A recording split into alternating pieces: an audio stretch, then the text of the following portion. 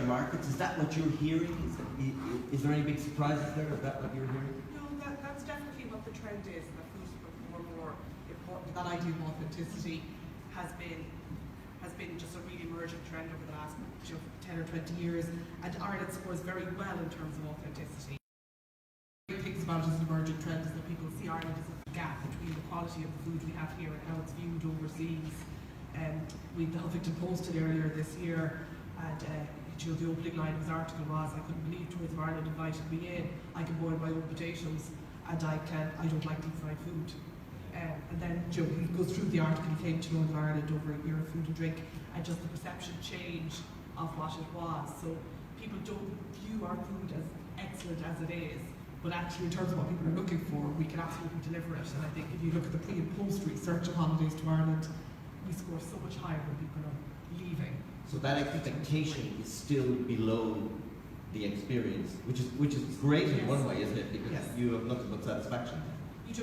So I'd say we've a statistic that 27% of the people who do come on holidays to Ireland say the reason the holiday exceeded their expectations was the quality of the food and drink, which was delivering it on the ground. And I think the Ireland over the last 10 years, and the year of food and drink we've just had it, we're in the middle of in Northern Ireland, and things like Food on the Edge, all of that is helping to change that perception.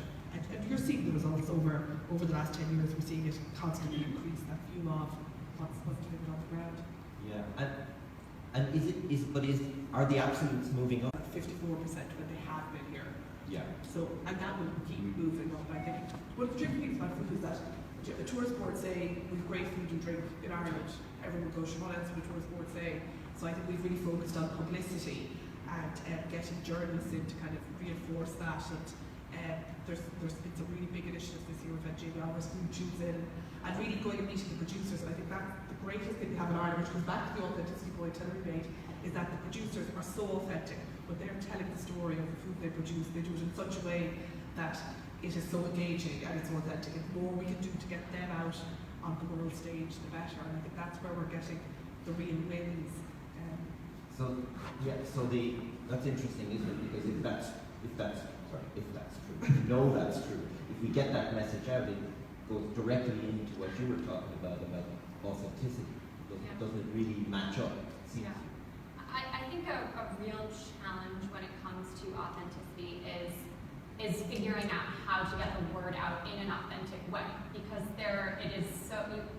it's so easy to have a really wonderful, authentic story that you want to tell, and then tell it in a way that is completely inauthentic, and then you lose your momentum entirely. And I think one of the key ways, at least from a media and publisher perspective, that we're trying to really achieve an authentic message is by establishing personality. I think exactly what you were saying about having that unique voice, a voice of a producer, a voice of a trusted expert, somebody that you value their opinion, you get to know them in a way that you would get to know a friend, and then you can then trust what they have to say about their own experience and want to experience that for yourself.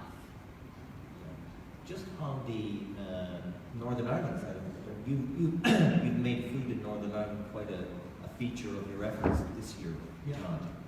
How's that going? And is it come to the expectations that you had? Well, I think it's probably fair to say it's vastly exceeded the expectations that we've had. The purpose of the year was really, I suppose, the reflection of the trends to basically respond to how the market is moving. I think it fits really well being here because culture is basically our tourism product, that's what we're selling, and food is such an important part of our culture. This was about starting to showcase food and drink in the marketplace. And Year Food and Drink is about creating a platform to allow the industry to express itself and for it to become visible. And certainly through the work that we've done with Siobhán and our colleagues in Tourism Ireland, I think we've done a superb job in making that happen. And it goes back to that authentic piece as well, and it's not us here about saying it, but by bringing in journalists, by bringing in food bloggers, by bringing in these people who've got respect within the industry and within the travel sector itself, to have those people make the very positive, put out the very positive messages that they have done, has I think fundamentally changed how Northern Ireland is perceived. I mean, some people have said, and I did some work with Board Bia, and we'll hear from Board Bia later from their point of view, because they're also dealing with this issue of expectation, Ireland food, and then the gap. And then when you actually experience Ireland food, it's better than the expectation. So it's both an advantage and a bit of a problem sometimes. Yes. But that's certainly seen in the food sector. Again, we'll pick that up. I mean, certainly the trends that we would see for Northern Ireland are, as Siobhán has described it, for the island as a whole. I mean, those who have been and have experienced the food and drink product and the experience, their, I suppose, rating of what they have experienced is significantly different from those who haven't visited. So there is still a significant perception gap, the difference between the reality and how we're perceived. And I suppose food and drink is about trying to address that particular issue. Yeah, and again with technology, in the old days it was hard to get the message out, but now the message is mainly actually given by people who have experienced. So it's even more authentic, isn't it? That's a huge advantage for us, surely, technology. Yeah, we were able to use that quite significantly during the Big Food Show in Belfast. Yeah. So the week before last, I think we had 14,000 visitors to that particular event, but it allowed us to showcase our local chefs with the big names in the UK. We used Facebook Live to do that. BBC then fed that through their network, so it gave us huge visibility of our local chefs and the produce and the problems of all of that. So technology has allowed us to have a very significantly greater reach than we would have had here before. Yeah. John Mulcahy from Failte, Ireland. You have the tough job here. You're working with everybody to make sure almost we're up there on standard. Isn't that a lot of what you do, or am I getting that right? Well, one part of what we do is standard, but the other part is exactly what you've been talking about, is changing that perception that's out there. And we did some research that we talked about in our Food Connect conference about 4 weeks ago with the World Food Travel Organization. And they came back with a good, robust sample of all of our key markets. And they were showing that in terms of the quality of food offered in Ireland, the expectation beforehand was only 43% thought there was something there. When they've been here, it shoots up to 70%. So that perception, it goes back to that perception again. My worry is that if we knock their socks off while they're here, the trick is when they come back, can we do it again? Yeah. So my worry is that how can we ensure that when we've won these visitors over, it costs us a lot of money to get them here in the first place. We want them to go away and talk about us and come back and bring other people with them. But when they come back, we better get it right again and again and again. And that's what's on my worry beads in terms of the. So do you think we put on a show for a once off and we're not just consistent like many No, I'm not saying that. I'm saying that the range of food experiences that's there has got to grow.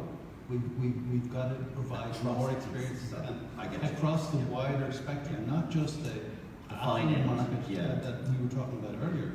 For me, it's the 80% that say that they're food positive, not the 10% that are the food experts. The food experts are the influencers that we want to talk about Ireland and food. The 80% that come and experience it, that's my target market. And you get them happy, and increasingly they tell the story. Again, it's back to socialism. Social is so important here. Absolutely, and that's we spend quite a bit of time, and Siobhán is quite correct. There's no point in us saying it because, well, we would say that, wouldn't we? So it's about finding those influencers, the bloggers, the Instagrammers, the social media users, get them to come in here, let them loose basically, and we know that they'll come across good stuff and get them to talk about it. And Food on the Edge is a great example of that. 40 of the world's best chefs in Galway for 2 days, plus a 2-day fan trip afterwards. And I think JP tweeted during the weekend 16 million instances on social media. You can't buy that. Extraordinary. Yeah, JP's here, and we'll be talking to him later. It is incredible, isn't it? Because I've heard a lot of criticism. Why aren't we marketing more? Why aren't we spending more on mainstream, both on the food side, on the tourism side? But when you see initiatives like that, I know you guys do a lot of it as well. you facilitate, isn't that the trick? You facilitate, and it seems to work. Food on the Edge, what an example. It has to be across all sorts of areas. I mean, we've supported Food on the Edge, we support LitFest, we support the Dublin Gastronomy Symposium. So it's right from academia across to mainstream and everything in the middle.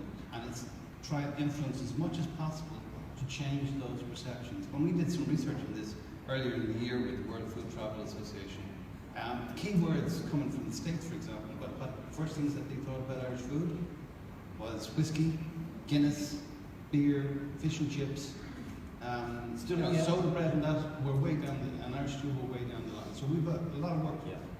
There's plenty to go for.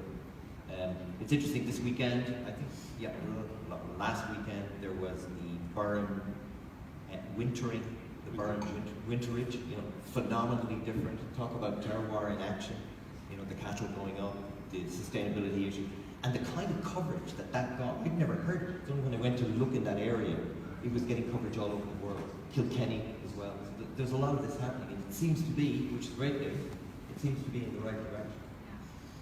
I think a pretty solid example of the growth that Ireland is having in the food scene is that Dublin was in vogue last month, which is, it's kind of mind-boggling, and with good reason, because there is so much amazing food here. But I think that was really, really positive to see in September.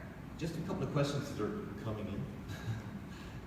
You can see them up there. It's not I haven't always noted that. That's an interesting one, isn't it? Just to you, Hilary, amongst reader, I'm not sure what that is exactly. But are we tier 1, tier 2, tier 3 for destination for food tourism? Yeah. Question at the top there from Anonymous. Your cousin says that. Probably. Okay. What does that mean? So I think it's tough to classify right now, because I think there is a lot of momentum at the moment. I would probably say last year it was a tier 3. I would probably say it has moved. It's one of the destinations that has seen the most growth over the past year. Because I think a lot. When you think of food travel, I think your mind immediately goes to Paris or Rome. Italy. Exactly, and I think a lot of these destinations. When you're talking about authenticity, a lot of these destinations feel a little bit played out. I think definitely in the U.S. we're seeing a lot of growth among tier 3, tier 4, tier 5 markets. That's actually really exciting. So I think maybe currently Ireland is a little bit lower down, but I think that growth potential is so exciting, and I think it's going to be even more exciting to see where we are, this time next year, and how much it has really grown and changed. Well, you look at places like, we will touch on this later, Scandinavia. Who would have thought that Scandinavia, Denmark, Sweden, Finland, increasingly would be up there, heading towards tier 1, but in tier 1 actually, Nordic cuisine.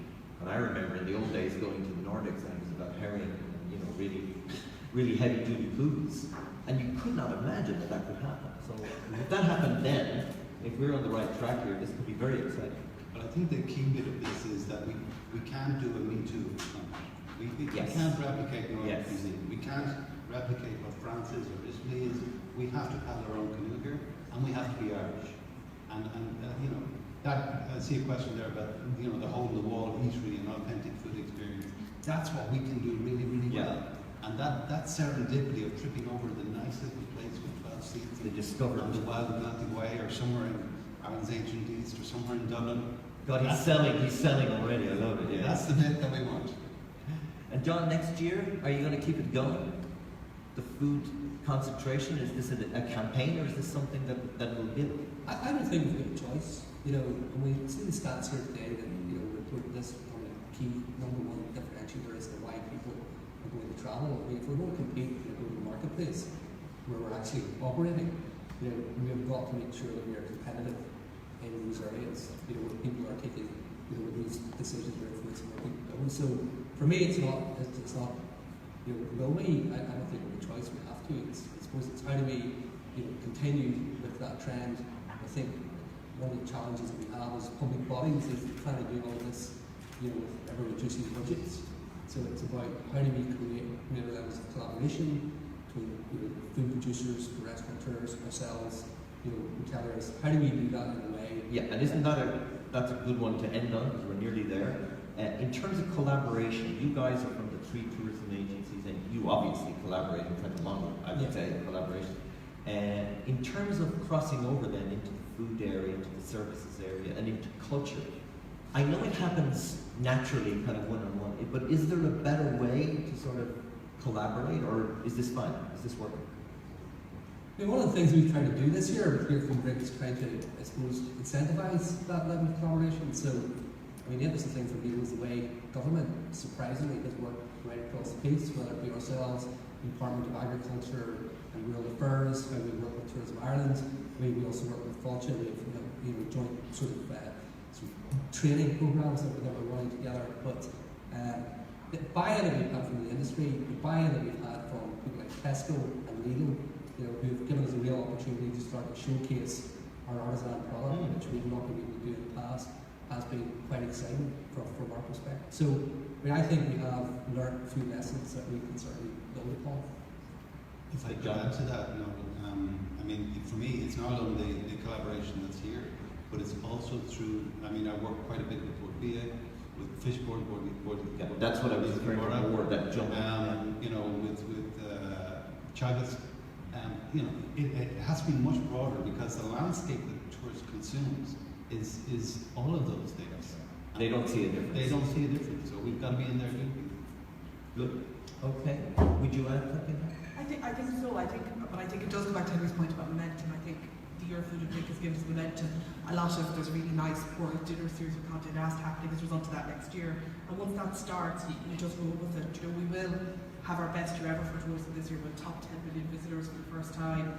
And there probably are tougher times ahead. We see some questions there coming out of Brexit. And there are some challenges coming up. And I think that collaboration piece then becomes even more essential when you come into that next piece. But I think the momentum that started over the last 2 or 3 years, and I would say Good for Ireland started some of that a number of years ago, that just continues. And I think we now start putting Ireland on the map for food tourism, and it'll be easier to build on that than when we were starting from scratch 3 years ago. Very good. So it sounds like good news. We will pick up stuff. You can see loads of questions. Yes, the song is chocolate, by the way.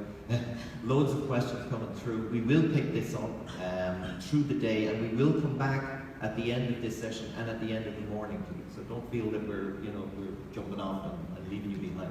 Okay, so can I ask for a show of appreciation for our first panel?